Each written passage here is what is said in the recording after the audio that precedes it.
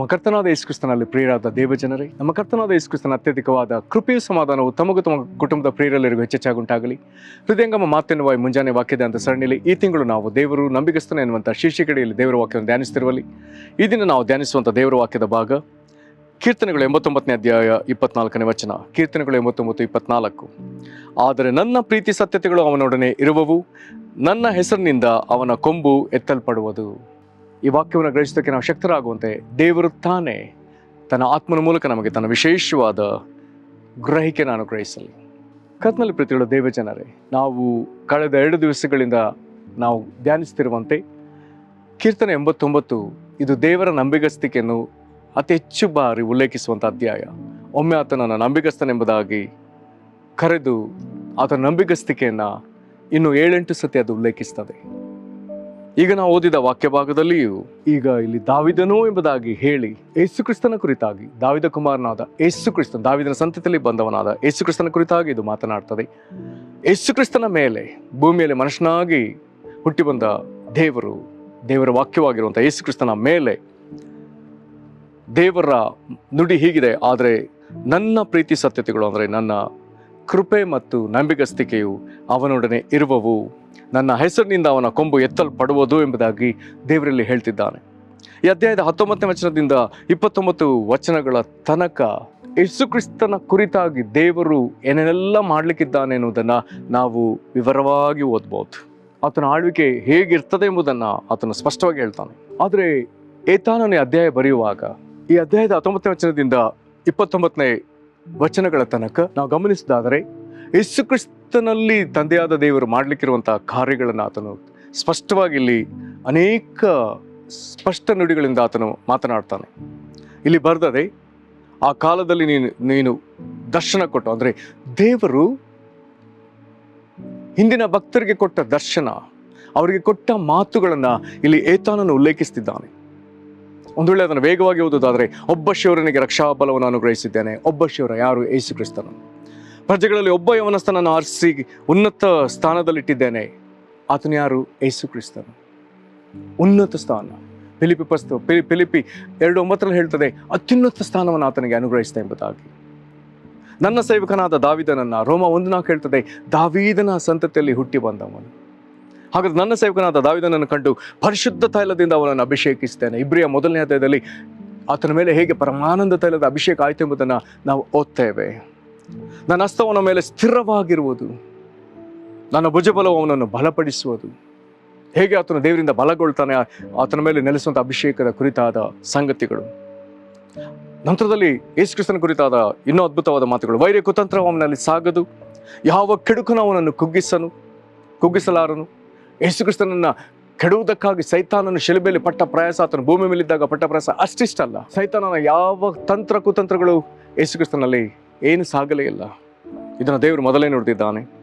ಅವನ ವಿರೋಧಿಗಳನ್ನು ಅವನ ಮುಂದೆಯೇ ಜಜ್ಜಿ ಹಾಕುವೆನು, ಸೈತಾನ ತಲೆಯನ್ನು ಜಜ್ಜಿದವನು. ಅವನ ದ್ವೇಷಿಗಳನ್ನು ಹತ ಮಾಡಿ ಬಿಡುವೆನು. ಆದರೆ ನನ್ನ ಪ್ರೀತಿ ಸತ್ಯತೆಗಳು ಅವನೊಂದಿಗೆ ಇರುವವು. ದೇವರ ನಂಬಿಗಸ್ತಿಕೆ ಯಾವಾಗಲೂ ಯೇಸುಕ್ರಿಸ್ತನೊಂದಿಗಿದೆ. ನನ್ನ ಹೆಸರಿಂದ ಅವನ ಕೊಂಬು ಎತ್ತಲ್ಪಡುವುದು. ಹಾಗಾದರೆ ಯೇಸುವಿನ ಅಧಿಕಾರ ದೇವರ ಹೆಸರಿನಿಂದ, ಯೆಹೋವನ ಹೆಸರಿನಿಂದ ಅದು ಉನ್ನತಿಗೆ ಬರ್ತದೆ. ಮುಂದೆ ಆತನು ಬರೀತಾನೆ, ಸಮುದ್ರದಿಂದ ನದಿಗಳವರೆಗೂ ಅವನ ಹಸ್ತಕ್ಕೆ ಅಧಿಕಾರವನ್ನು ಕೊಡುವೆನು. ಹಾಗಾದರೆ ಯೇಸುಕ್ರಿಸ್ತನ 1000 ವರ್ಷ ಆಳ್ವಿಕೆ ಭೂಮಿಯನ್ನೇ ವಿಸ್ತರಿಸಿ ಇರ್ತದೆ. ಅಂದರೆ ಅದನ್ನು ಹೇಳಿರಲಿಕ್ಕೆ ಸಾಧ್ಯ ಇದೆ. ಅವನು ನನ್ನೊಡನೆ, ನನ್ನ ತಂದೆಯು ದೇವರು ಆಶ್ರಯದುರ್ಗವು ನೀನೇ ಎಂದು ಹೇಳುವನು. ಪುನರುತ್ಥಾನ ಹೊಂದಿದ ಯೇಸು ಮಗ್ದಲದ ಮರಿಯಳ ಜೊತೆ ಮಾತನಾಡುವಾಗ ನನ್ನ ತಂದೆಯು ನಿಮ್ಮ ತಂದೆಯು, ನನ್ನ ದೇವರು ನಿಮ್ಮ ದೇವರು ಎಂಬುದಾಗಿ ಆತನು ಮಾತನಾಡಿದ್ದಾನೆ. ಹಾಗಾದರೆ ಇಲ್ಲಿ ಆ ಮಾತಿದೆ, ನನ್ನ ತಂದೆಯು ದೇವರು ಆಶ್ರಯದುರ್ಗವು ನೀನೇ ಎಂದು ಹೇಳುವನು. ಮನುಷ್ಯನಾಗಿ ಬಂದ ಯೇಸು ದೇವರನ್ನ ತನ್ನ ತಂದೆ ಎಂತಲೂ ದೇವರೆಂತಲೂ ಆತನ ಕರೆದಿದ್ದಾನೆ. ಕಲ್ವಾರಿ ಶಿಲುಬೆಯಲ್ಲಿ ಕೆಲವು ಮಾತುಗಳನ್ನು ಹೇಳುವಾಗ ನನ್ನ ತಂದೆ ಎಂಬುದಾಗಿ ಹೇಳಿದ್ದಾನೆ. ಇನ್ನು ಕೆಲವು ನುಡಿಗಳಲ್ಲಿ ನನ್ನ ದೇವರೇ ಎಂಬುದಾಗಿ ಅಥವಾ ದೇವರೇ ಎಂಬುದಾಗಿ ಕರೆದಿದ್ದಾನೆ. ನಂತರದಲ್ಲಿ ಮುಂದುವರಿಯೋಣ. ಈಗ ದೇವರ ಆತನನ್ನು ಏನಂತ ಕರೀತಾನೆ? ನಾನಾದರೂ ಅವನನ್ನು ಜ್ಯೇಷ್ಠ ಪುತ್ರನನ್ನು,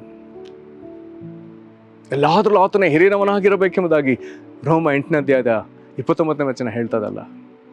ಆತನ ಜ್ಯೇಷ್ಠ ಪುತ್ರನು ಕೊಲೋಸ 1ನೇ ಅಧ್ಯಾಯ ಅದನ್ನು ಹೇಳ್ತದಲ್ಲ. ಆತನೇ ಜ್ಯೇಷ್ಠನು ಇಬ್ರಿಯ 1ನೇ ಅಧ್ಯಾಯ ಹೇಳ್ತದೆ. ಆತನ ಜ್ಯೇಷ್ಠ ಪುತ್ರನು. ಬಹುರಾಜ್ಯರಲ್ಲಿ ಉನ್ನತನನ್ನು ಮಾಡಿಕೊಳ್ಳುವೆನು. ಆತನು ಎಲ್ಲರಿಗಿಂತಲೂ ಅಧಿರಾಜನು. ಹಾಗಾಗಿ ಆತ ನನ್ನ ರಾಜಾದಿರಾಜನೆಂಬುದಾಗಿ ಕರೆದದೆ. ನನ್ನ ಕೃಪೆ ಅವನಲ್ಲಿ ಶಾಶ್ವತವಾಗಿರುವುದು, ನನ್ನ ಒಡಂಬಡಿಕೆ ಅವನಲ್ಲಿ ಸ್ಥಿರವಾಗಿರುವುದು. ಅವನ ಸಂತಾನವನ್ನು ಯಾವಾಗಲೂ ಉಳಿಸುವನು. ಯಾರ್ಯಾರು ಯೇಸು ಕ್ರಿಸ್ತನ ನಂಬ್ತಾರೋ ಅವರಿಗೆ ದೇವರ ಮಕ್ಕಳಾಗುವ ಅಧಿಕಾರ ಕೊಟ್ಟ. ಹಾಗಾದರೆ ಅವರನ್ನು ಯಾವಾಗಲೂ ಉಳಿಸ್ತೇನೆ ಎಂಬುದಾಗಿ ದೇವರು ಈ ಅಧ್ಯಾಯದಲ್ಲಿ ನಮ್ಮ ಕುರಿತಾಗಿ ಮಾತು ಕೊಟ್ಟಿದ್ದಾನೆ. ಅವನ ಸಿಂಹಾಸನವು ಆಕಾಶವಿರುವವರೆಗಿರುವುದು. ಹಾಗಾದರೆ ಆಕಾಶವನ್ನು ದೇವರು ಶಾಶ್ವತವಾಗಿ ಸ್ಥಾಪಿಸಿದ್ದಾನಲ್ಲ, ಹಾಗಾದರೆ ಆತನ ಸಿಂಹಾಸನವು ಶಾಶ್ವತವಾಗಿ ಇರ್ತದೆ.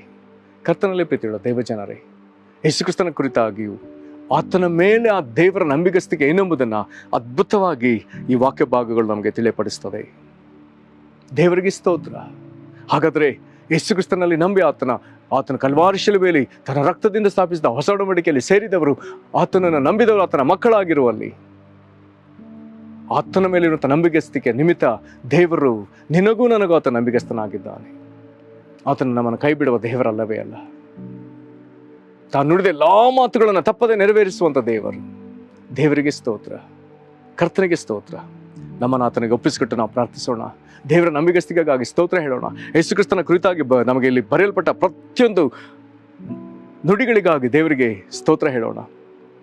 ಮಹಾಕೃಪೆಯ ಪರಲೋಕ ತಂದೆ, ಕರ್ತನೇ, ನೀನು ಆ ಸಿಂಹಾಸನವನ್ನು ದಾವೀದನಿಗೆ ಕೊಟ್ಟು ನಿತ್ಯ ಕಾಲಕ್ಕೂ ನಿತ್ಯಕ್ಕೂ ಕರ್ತನೇ ಅವನಿಗೆ ಮಾಡಿಕೊಂಡ ಒಡಂಬಡಿಕೆಯು, ಅವನ ಸಿಂಹಾಸನವು ಆಕಾಶವಿರುವವರೆಗೂ ಇರುವುದೆಂಬುದಾಗಿ ನೀನು ಮಾತು ಕೊಟ್ಟಿಲ್ಲ. ಅದಕ್ಕಾಗಿ ನಾವು ನಿನಗೆ ಸ್ತೋತ್ರ ಸಲ್ಲಿಸ್ತೇವೆ. ಕರ್ತನೇ, ಈ ವಾಕ್ಯಗಳಲ್ಲಿ ಯೇಸುಕ್ರಿಸ್ತನ ಮೇಲಿರುವಂಥ ನಿನ್ನ ಉದ್ದೇಶಗಳು, ನಿನ್ನ ಯೋಜನೆಗಳು, ಆತನ ಮೂಲಕ ನೀನು ಭೂಮಿಯಲ್ಲಿ ಮಾಡಲಿಕ್ಕಿರುವಂಥ ಕಾರ್ಯಗಳು, ವಾಗ್ದಾನಗಳು, ಆತನ ಮೇಲೆ ನಿನಗಿರುವಂಥ ಎಷ್ಟೋ ಪ್ರೀತಿ, ಕರ್ತನೆ, ಎಲ್ಲವನ್ನ ಓದುವಾಗ ನಾವು ನಿನ್ನನ್ನು ಸ್ತುತಿಸ್ತೇವೆ ಸ್ವಾಮಿ. ಯೇಸುಕ್ರಿಸ್ತನು ಏನಾಗಿದ್ದಾನೆ, ನೀನು ಆತನಿಗೆ ಏನಾಗಿದ್ದೆ, ಆತ ನಿನಗೆ ಏನಾಗಿದ್ದಾನೆ, ಎಲ್ಲವನ್ನ ಕರ್ತನೆ ಅದ್ಭುತವಾಗಿ ವಾಕ್ಯ ಭಾಗದಲ್ಲಿ ವಿವರಿಸಿದೆಯಲ್ಲ. ಇವುಗಳನ್ನ ಓದುವಾಗ ಪರಲೋಕ ತಂದೆಯೇ, ನೀನು ನಮಗೆ ಇಂಥ ನಿನ್ನ ಪ್ರಿಯ ಮಗನಾದ ಯೇಸುಕ್ರಿಸ್ತನನ್ನು ನಮಗೆ ರಕ್ಷಕನನ್ನಾಗಿ ಒಡೆಯನನ್ನಾಗಿಯೂ ನೀನು ಕೊಟ್ಟದಕ್ಕಾಗಿ ನಾವು ನಿಮಗೆ ಸ್ತೋತ್ರ ಸಲ್ಲಿಸ್ತೇವೆ. ಕರ್ತನೇ, ನಿನಗೆ ಸ್ತೋತ್ರ. ಕರ್ತನೇ, ಅವನ ಸಂತಾನವನ್ನು ಯಾವಾಗಲೂ ಉಳಿಸ್ತಾನೆ ಎಂಬುದಾಗಿ ಮಾತು ಕೊಟ್ಟ ದೇವರೇ, ಯೇಸುಕ್ರಿಸ್ತನನ್ನು ನಂಬಿದವರೆಲ್ಲರಿಗೂ ನಿತ್ಯ ಜೀವವನ್ನು ಇದಕ್ಕಾಗಿ ಕರುಣಿಸಿದೆಯಲ್ಲ. ನಾವು ನಿನ್ನ ಜೀವವನ್ನು ಹೊಂದಿ, ನಿತ್ಯ ಜೀವನ ಹೊಂದಿ ನಿನ್ನೊಂದಿಗೆ ನಿತ್ಯಕ್ಕೂ ಜೀವಿಸುವಂಥ ಕೃಪೆ ಕೊಟ್ಟಿಯಲ್ಲ. ಇದಕ್ಕಾಗಿ ನಾವು ನಿನಗೆ ಸ್ತೋತ್ರ ಸಲ್ಲಿಸ್ತೇವೆ. ಇಲ್ಲಿ ತಲೆಬಾಗಿರು ಕರ್ತನೆ, ನಾವು ನಿನ್ನ ಮುಂದೆ ತಲೆಬಾಗ್ತೇವೆ. ನಿನ್ನ ಪ್ರಿಯ ಮಗನಾದ ಯೇಸುಕ್ರಿಸ್ತನಿಗೆ ಅಡ್ಡ ಬೀಳ್ತೇವೆ ಸ್ವಾಮಿ. ನಿನಗೆ ಮಹಿಮೆ ಆಗಲಿ. ನಿನಗೆ ಸ್ತೋತ್ರ ಸಲ್ಲಿಸ್ತಾ ಯೇಸುಕ್ರಿಸ್ತನ ಹೆಸರಲ್ಲಿ ಬೇಡ್ದೇವೆ ನಮ್ಮ ತಂದೆಯೇ, ಆಮೇನ್.